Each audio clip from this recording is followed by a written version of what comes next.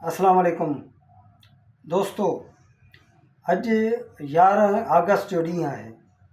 11 अगस्त 1947 ते पाकिस्तान जी constituent assembly में असांजे मुल्क जे बानी मोहम्मद अली जनाह हज़रत क़ाइद आज़म मोहम्मद अली जनाह जॾहिं मुल्क जी चार्ज पे वरिती ऐं उन असेंबली में जेको कराची में इजलास थियो हो उन में हिकिड़ी यादगार तकरीर कई।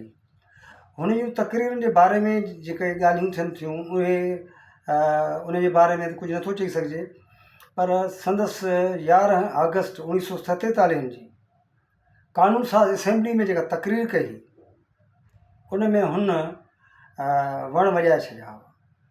उहो यूरोप स्टाइल माण्हू हो, यूरोप जो पढ़ियलु हुयो, लिंकन इन जो बैरिस्टर हो ऐं हुन जी जेका वकालत हुई, जेका प्रैक्टिस हुई, उहा बॉम्बे में हुई, बॉम्बे कोर्ट में। ऐं उते हिन जो जेको उस्तादु हो वकालत जो, कानून जो ऐं सियासत जो, दादा भाई नारू जी, ऐं कुझु ॿिया बि हुया।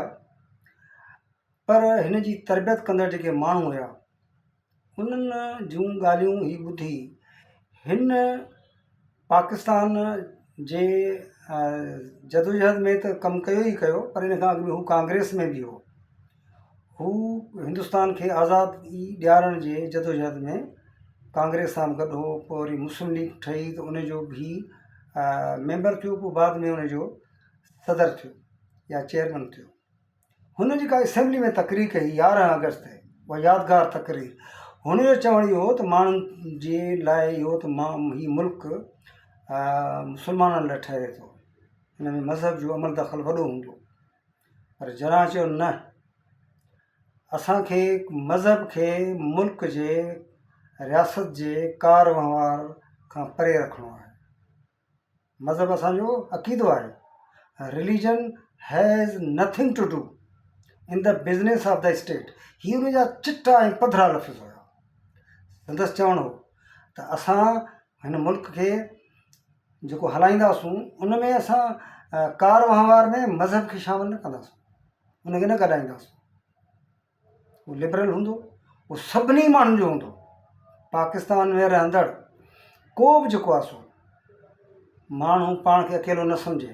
उहो जेकॾहिं मुस्लमान आहे त हिंदू, सिख, ईसाई ऐं ॿिया जेके अक़लियतूं, उनखे हिन अक़लियत लफ़्ज़ न इस्तेमालु कयो। हुन चयो असीं सभु बराबरि आहियूं, बराबरि शहर आहियूं। तव्हां मस्जिद में वञो तव्हां आज़ादु आहियो, तव्हां मंदर में वञो आज़ादु आहियो, तव्हां कंहिं ॿिए में वञो, चर्च में वञो आज़ादु आहियो, कलीसा में वञो आज़ादु आहियो। उहो तव्हांजो पंहिंजो ज़ाती मसइलो आहे। त हुन जा ख़ासि चिटा अखर त मज़हब जो मुल्क जे या रियासत जे कार वहिंवार में कुझु न वञे। हीअ यादगार तकरीर जनाह खे लाज़वाल बणाए छॾियो। जनाह जी जेका सियासी जदोजहद हुई उन में हुन 4 चंड लॻाए छॾिया त असां पंहिंजे हिन महबूब अॻवान ऐं मोहम्मद अली जनाह जो तमामु घणो फ़ैन आहियां। उन जो जेको उनजो आइन साज़ असेंबली में जेके उन जा अखर आहिनि, जेके तकरीर आहे, उहा उनखे आउं तमामु घणो पसंदि कंदो आहियां। हुन चयो त religion has nothing to do in the business of the state. You are free to go to temples, mass, churches, whatever you believe.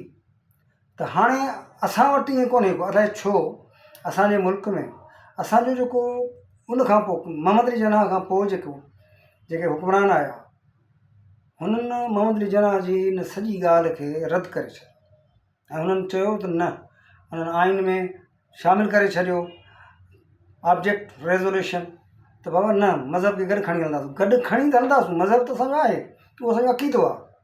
पर जनाह जी ॻाल्हि आहे त मज़हब जो रियासत जे कार वहिंवार में कुझु न वञे। अगरि कानून साज़ असेंबली में जेका उहो ॻाल्हि करे थो हुन ते त असांखे विहणु खपे। सो साथियो, अॼु 11 जेका अगस्त आहे, इन ॾींहं जे बारे में आउं मुतालबो थो कयां त इन ॾींहं खे डे अगेंस्ट स्टेट रिलीजन करे मल्हायो वञे, बल्कि सॼी दुनिया खे इन ॾींहं खे मल्हाइणु खपे। असीं अक़वाम मुतहदा ऐं पंहिंजे मुल्क जे अॻुवाणनि खे ऐं अक़वाम मुतहदा जे सेक्रेटरी खे गुज़ारिश था कयूं त 11 अगस्त खे स्टेट रिलीजन जे ख़िलाफ़ु ॾींहुं करे मल्हायो वञे त स्टेट खे रिलीजन न हुअणु खपे, रिलीजन माण्हुनि जो अक़ीदो हुअणु खपे। मां चङा कमु कंदुसि त मां बेश्त में वेंदुसि, जे मां ख़राबु कमु कंदुसि दोज़ख में वेंदुसि। ॿियनि मज़हबनि वारा माण्हू सुठा कमु कंदा त उन नामाचार नालो निशान थींदो। तो साथियो, मोहम्मद अली जनाह खे ख़राज अक़ीदत पेश करण जो बहितरीनु तरीक़ो इहो आहे त हुनजी ॾसियल वाट ते हलिजे ऐं सिंध में या पूरे पाकिस्तान में जेको मज़हबी मतभेद आहे उन खां हटिजे। असां वटि त ज़ुल्म आहे, असांजे नियाणियूं जेके नाबालिग नियाणियूं मासूम नियाणियूं अगवा करे उन्हनि खे ज़ोरी मज़हब मटायो थो वञे। इन ते खे गुंजो ॾियणु खपे। भला रुगो नियाणियूं छो, मर्दनि खे बि त मज़हब मटाइण जो तव्हां तबलीग कयो। सो साथियो, मोहम्मद अली जनाह खे ख़राज अक़ीदत पेश करण लाइ सभ खां बहितर इहा त उनजे ॾसियल वाट ते हलिजे। सदाईं गॾु मुंहिंजी वीडियो जेकॾहिं पसंदि अचे त इनखे सब्सक्राइब कयो, लाइक कयो ऐं कमेंट्स बि ॾियो जीअं मुंहिंजी हिमत अफ़ज़ाई थिए।